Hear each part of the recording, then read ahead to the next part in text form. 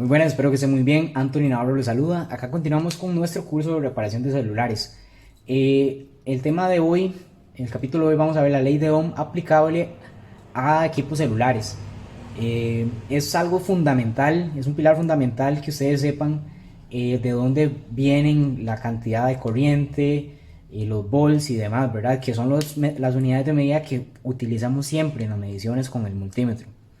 Pero les vengo a presentar de dónde vienen ellas. La razón, ¿verdad? Si no pudiéramos aplicar estas relaciones, no habrían siquiera equipos celulares, no habrían baterías siquiera. Entonces, la ley lo que nos dice es que la tensión es igual a la corriente por la resistencia.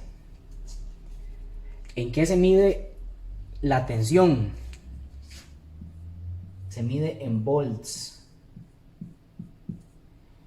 Y el símbolo que aparece en el multímetro es una V. En el multímetro no van a muy pocos, he visto que dice volts, todos aparecen en una V. Y esto mide tensión. Por ejemplo, las baterías, cuando una batería está full, está al 100%, cuando lo cargamos en el cargador del equipo, si la medimos va a aproximarse mucho a 4.3 volts, perdón. Puede medir 4.4, según el multímetro que tengan, 4.27 por ejemplo, pero va a estar muy próximo a 4.3. Es cuando una batería está cargada. Cuando el teléfono nos indica que hay poca carga en la batería, va a estar más bien cerca de 3.7 volts, cuando está al límite a cero. Cuando una batería está por debajo de 3.7, el cargador del equipo no lo carga. O sea, para que se active y el teléfono identifique que hay una batería, tiene que estar por encima de 3.7, de lo contrario no se carga. Tenemos que revivirla nosotros con nuestra fuente de poder, por ejemplo. Entonces eso lo vamos a ver en el módulo de baterías.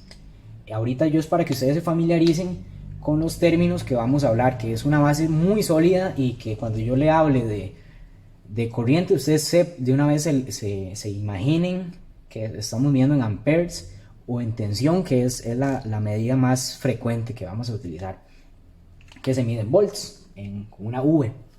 En el multímetro la pueden ubicar. Nosotros trabajamos en corriente continua, únicamente esto es corriente continua. Hay dos tipos de corriente, en la electrónica y en los celulares utilizamos corriente continua. La alterna es la que viene de los postes de luz, ¿verdad? Que llega al toma corriente. Eso ya es corriente alterna, eso no nos interesa ahorita. La corriente se mide en ampere, no en amperios. Hay mucha gente que le dice amperios, está muy mal dicho. Se mide en ampere y el símbolo es una A. Las baterías, por supuesto que tienen carga y la carga se mide en ampere. Por ejemplo, un Samsung de los viejitos, de los pequeños, puede tener 2000, he visto 2100 miliampere de carga. Eso es el máximo que ellos soportan de carga, digamos. La carga es lo que la batería puede alimentar al equipo durante cierto tiempo, ¿verdad? El peso, digamos, el consumo. Y por último sería la resistencia, que la medimos en ohm. De aquí viene la ley y el símbolo es el omega. Aquí significa ohms. Por ejemplo, nosotros podemos medir, hay cientos de resistencias dentro de un equipo celular, o todos los componentes en realidad generan resistencia al paso de la corriente. Por ejemplo, podemos hacer una medición, alguna resistencia interna puede tener 1 kilo ohm, por ejemplo, o 10 kilo ohm. Entonces, son medidas muy grandes.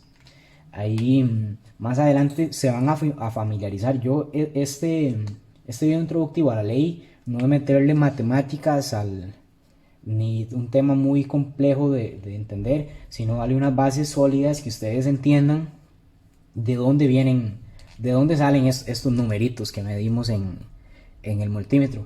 En el capítulo siguiente vamos a hacer algunas mediciones con el multímetro para que ustedes se familiaricen.